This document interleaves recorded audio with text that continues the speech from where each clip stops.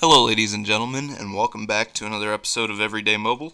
And today I appreciate you watching. Today we're going to be getting into a new topic. Today's topic is going to be about storage. Yay! I'm pretty sure all of us have gotten the low storage remaining to go manage the storage in the settings or in the file manager on our devices before. Especially if we buy the base models. I will tell you that today we're going to be getting into quite some in-depth stuff, but I think it's going to be helpful to you, especially if you're having any problem with your storage or running low on your storage. There's going to be some good helpful tips here for you today. Now, today we're going to be talking about, more in particular, Android storage versus iPhone storage. As we always do, we're going to take a take on both sides of the equation. Also, adding storage to either source, to either iOS or Android. We're going to see about that and what we can do about that. Also, managing the storage that we have and what's in our storage, as well as maximizing the storage also. That's going to be fun. I put a lot of work into this, so I hope you enjoy it, and I hope that it is helpful to you. I think it will be. Some tips in here you probably haven't heard before, so stay tuned through the rest of the video to learn more. And so, without further ado, let's go ahead and get started. Let's talk about some storage on iOS first of all. So in order to view and manage your storage, go to Settings, and scroll down till you hit General, and then in General you will see the section called iPhone Storage. Tap on that. Give it a minute to load up everything. It's trying to figure out what's what in your storage and what goes with what category.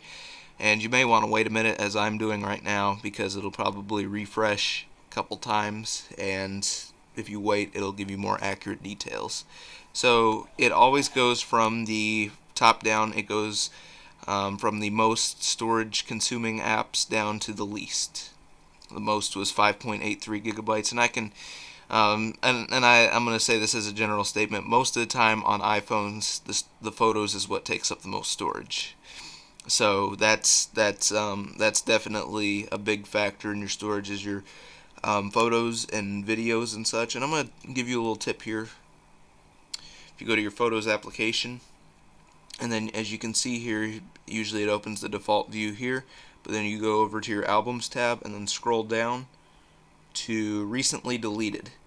Emptying this out is going to save you a ton of space, a lot, because oftentimes this is the most neglected thing, and this thing can hold up to hundreds of megabytes and even at times gigabytes of space, and you're like, oh, I deleted all this, but why is it still taking up space? But it's just really sitting in your recently deleted folder. So go ahead and clear that out, and that'll help with your storage problems. And it should cut it down a little bit at least. Usually, maybe not a whole ton, but usually it'll make a difference.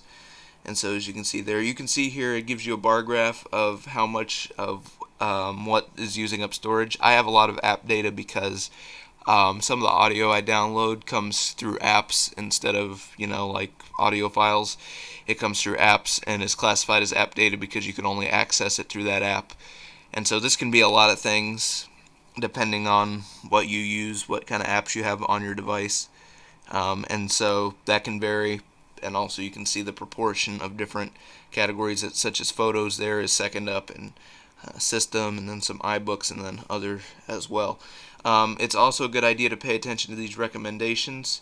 Personal videos. That's a good one to look over, because this shows you each video and how much space it takes up on your device. And so that's good to look over, and if you don't need it, if it's not important to you, you can always hit delete there. So that's something that could save you some space. Also, if you scroll down to the bottom of the list, you'll see sometimes there's these two annoying things. Okay, system. Okay, the system has to have its own storage. I get that, but at the same time, you see here other, and you think, what's other? Well, let's take a look at it. Other system data. System data includes caches, logs, and other resources currently in use by the system. This value will fluctuate according to system needs. So what is this? This is a bunch of caches and stuff. And if the cache is huge on an app, chances are you should uninstall and reinstall it. Just make sure there's no personal data or any important data in there that you need to keep. Go ahead and make sure that's taken care of. But if that's all taken care of, then all your important data is saved, or it's on your account or whatever, then go ahead and delete the app and then reinstall it, and hopefully that should most of the time help your cache data to go down. Also, I will say that there are some settings which I will show you here that I have found helpful. If you go down to your messages and then you come down here to message history and hit keep messages, I have mine set to 30 days, so that way they're there. If there's an important one, I can go back and view it within the next couple of weeks. But if it's older and I've forgotten about it, then chances are I don't want that sitting in there hogging a huge amount of storage. I just want that taken care of and gotten out of there, so I put it in there with all that as well. Also, another good thing to check out is go to iTunes and App Store settings, and this helps a lot of time if some people will notice that if they download an app on their iPhone, on their iPad, it will download itself automatically, and they say, I don't want this. Well, then you're going to want to turn off automatic downloads, and you can see here what you want it on. It's all based on your Apple ID. So basically, if you're signed in on the same Apple ID and you have automatic downloads turned on for any of these categories, it'll automatically download the thing that you downloaded on your iPhone to also your iPad, your MacBook, whatever it is. And so to save up storage space, you're going to want to turn that off as well. And some other things here to save on your data, maybe not as much your storage, but automatic downloads is the big thing there as well. Also, if you have, there's a lot of other things. If you go back into your storage settings, got a little confused there. Here we go. If you go back into your storage settings, you can tap each app and see what's in each one and see the different things that are taking up space and how much it is taking up. I find that quite helpful also. So you can manage storage here. You can go into different apps and take care of that as well. You can also offload an app if you want. You see this option here and you say, what does that mean? That basically means it'll keep the data on your phone. Let's say you're running low on storage for the time being, but you really need that app. Well, you can keep your data safe by just offloading it, and this one has a lot in the app size, so it'll keep your data in your storage, it'll keep that safe, but it'll just uninstall the app itself and take away this app data for the time being, and then you can reinstall it later whenever you get better on your storage or you have an opportunity to later down the road. So that's helpful if you have a lot of app data. If the app size is huge, then you can take care of that as well. Also consider uninstalling apps that you haven't used in a while or that you don't use very often. That'll also be very helpful to you as well. I'll tell you one way to add storage on iOS. There is another way, but you can't do it on iOS, so I'll wait till we get to the Android overview, and that is to buy cloud storage. You can go through iCloud, which I'm not too fond of because it only offers you 5 gigabytes of free iCloud storage, which I find kind of ridiculous here in 2020. But you can always up that, pay for it, and it's like 99 cents a month, I think, for 50 gigabytes for cloud storage. You can keep your phone backed up and keep important data up in iCloud. It's very easy to use.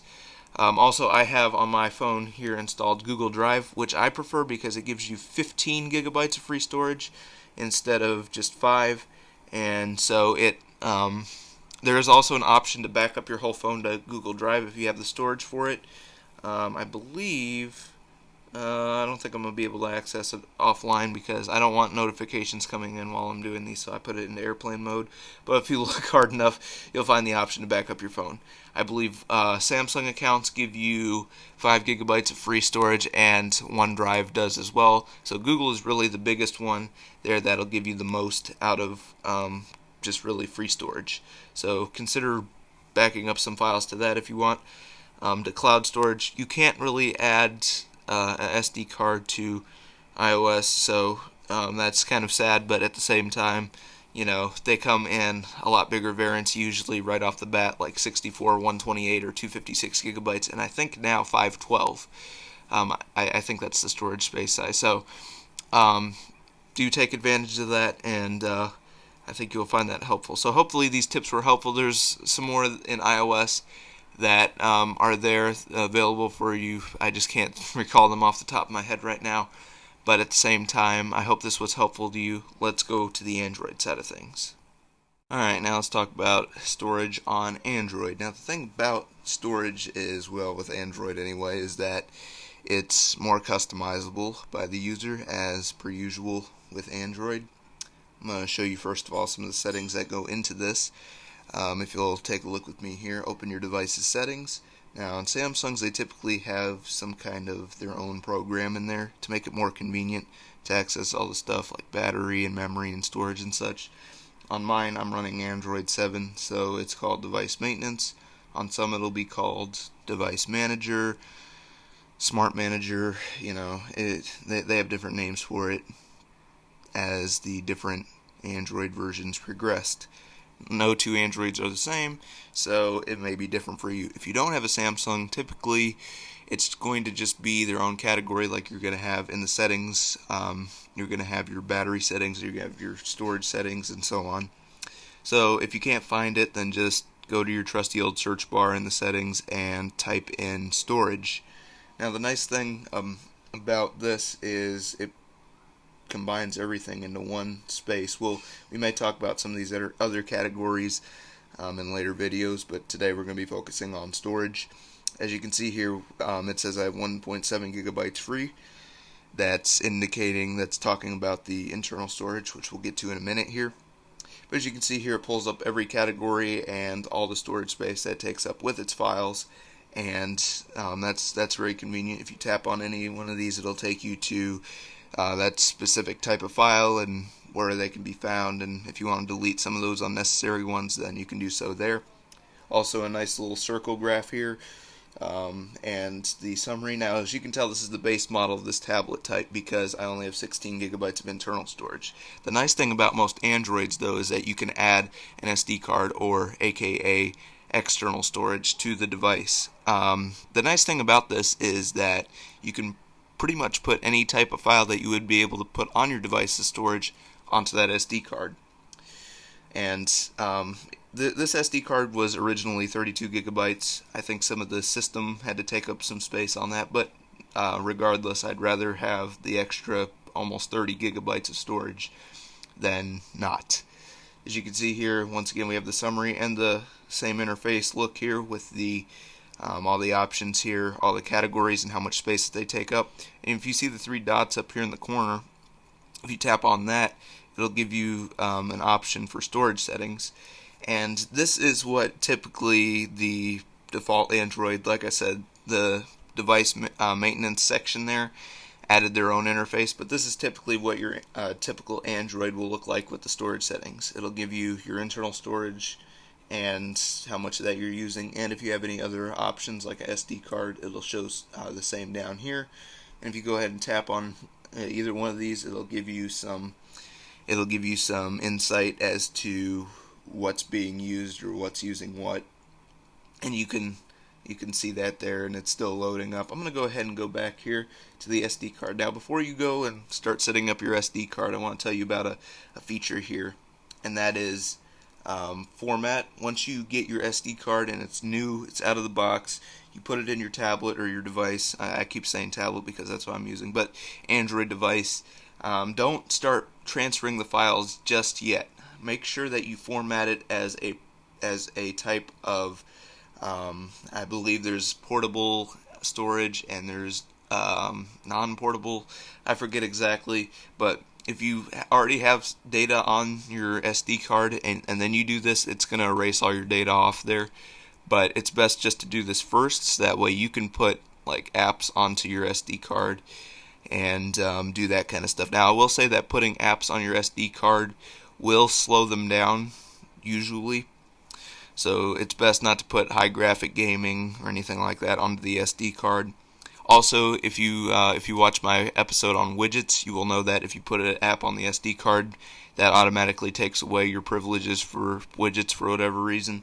So just keep that in mind. But before you go putting anything on there, I do recommend that you format it, and it'll only take a couple minutes. You hit that format, and then it'll tell you what it's going to do, and then you hit format again, and then just wait for the loading bar to finish, and then you should be good to go. Now, if you're going to take out your SD card and either put it into another device or whatever, then you should hit unmount before you do. Come to these settings and then find the unmount button. What it does is it helps you securely make sure you don't lose any of your data when you take it out, or don't interrupt anything important, so that way you don't lose or damage any data in the SD card. So I recommend doing that, and then once it says it's unmounted, you can take it out of the SD card slot and be good to go. So the SD card is very, very convenient. I don't know where I'd be without mine, because like I said, with the default 16 gigabytes, that's not a lot, and that's not going to get you particularly in any good places, I guess. Another way you can manage your storage is if you go to your My Files. I specifically like the My Files on Android, or excuse me, on Samsung, better than I do the Google one, which is it's more of the blue and white icon than this one is. I like this file manager better, just the interface and the overall capabilities. And the nice thing about Android is you can just view everything that you have. You can view it all in one place. You can literally see, I think, pretty much everything in your storage and what all it's taking up. So go through your folders and customize them. I like to keep things neat and in order. You can do so here. Also, if you go up here to the three dots on Android, those are your best friend. I'm just going to say that now. If you go up here to the three dots, you get a plethora of options here. Edit, share. A lot of these are things you can do. Create new folder. That's a valuable option. Sort by, which you can do so. You can do the same thing here and such. And let's see here. Sort by, manage shortcuts. Those are talking about shortcuts down here as you see them. You can add those for quick and easy access and manage them here. Also, get more space. This will recommend options to perform. Okay, it'll recommend deleting larger files, unused files that you haven't used for a specific amount of time, duplicate files, files that there's two or more that are the same, and unnecessary ones that are just log data or cached data as well. Those are there. Let's see here. Also, you can view your settings and show hidden files. That's just talking about more system and more technical data. If you're into that kind of stuff, then turn that on. Otherwise, it's just clutter. Show recent files. That's also clutter that I just like to keep turned off. You can see here, and these are get more space options. In the large file section, it'll recommend getting rid of files that are larger than 45 megabytes. Also, files not used for the unused file section, not used for 12 months. Those are customizable. You can change those, go in there and see what the options are. I'm not going to spend a whole ton of time on that. But that's your file manager. You can also search files as you would like, and once again, the different categories here as you can see them. So I'll leave that up to you. It's pretty simple to use. It's pretty easy to use the file manager there. Also, if you would like to see whether a app is on the SD card or not, then you can do so by coming into the settings and going to, let's see here, the apps, the app manager, it'll be called application manager, app manager, apps, settings, whatever it is. It differs from device to device. You know my saying, no two Androids are the same. Yeah. So just find those settings wherever they may be or whatever they may be called, and wait for the apps to load. And if you want to see if a specific app is on the SD card or not, then you can do so here by tapping. Let's say I wanted to see if Bus Simulator 17 was on the SD card. So I come in here, and then I come to storage, and then I see where it is up here. And you can always change it. External storage, meaning it's on the SD card. Internal storage, if it's on the internal storage. Hit change if you want to change where it is. That's the easiest way to do it, and then it'll take you to another menu where you can change it and wait for it to finish, and then it'll be stored wherever you put it. Now let's say that there's an app where that change button isn't available. Okay, let's say that's not a thing. Well, a lot of times now, if it came on your device, typically that means that you're not going to be able to get it off there for whatever reason. I don't know why they do that. That's just how they do it. But I will say though that there is actually usually, if you have downloaded it of your own will and it's just developer preference, they won't let you move it. There actually is a little override way. I'm going to show you that here. So if you're already not a developer, you're going to want to activate those settings. I'll show you how. Go to About Device, and then find, let's see here, find build number, and then you're going to tap on that. Just keep tapping until it says you are now a developer. It says I already am a developer because I am. And so then once you turn that on, then go and find your developer settings wherever they may be, and tap on that. And now I think it's only Android 7 and above, so I think I just slipped by on this one, and that I do have Android 7. But if you go down far enough in the settings for developer option, you will find, let me see, takes me a second to find it, applications. Here we go. Okay, here we go. Here's the option, force allow apps on external. That means that basically any app that you download, now like I said, the ones that are already on there that you can't get rid of from the beginning of your device are usually, they're stuck on there, okay? There's nothing you can do about that. But if you download one and it's still not able to be transferred to the SD card, it's just a developer, the app developer, that is, it's just their preference, then you can kind of override that.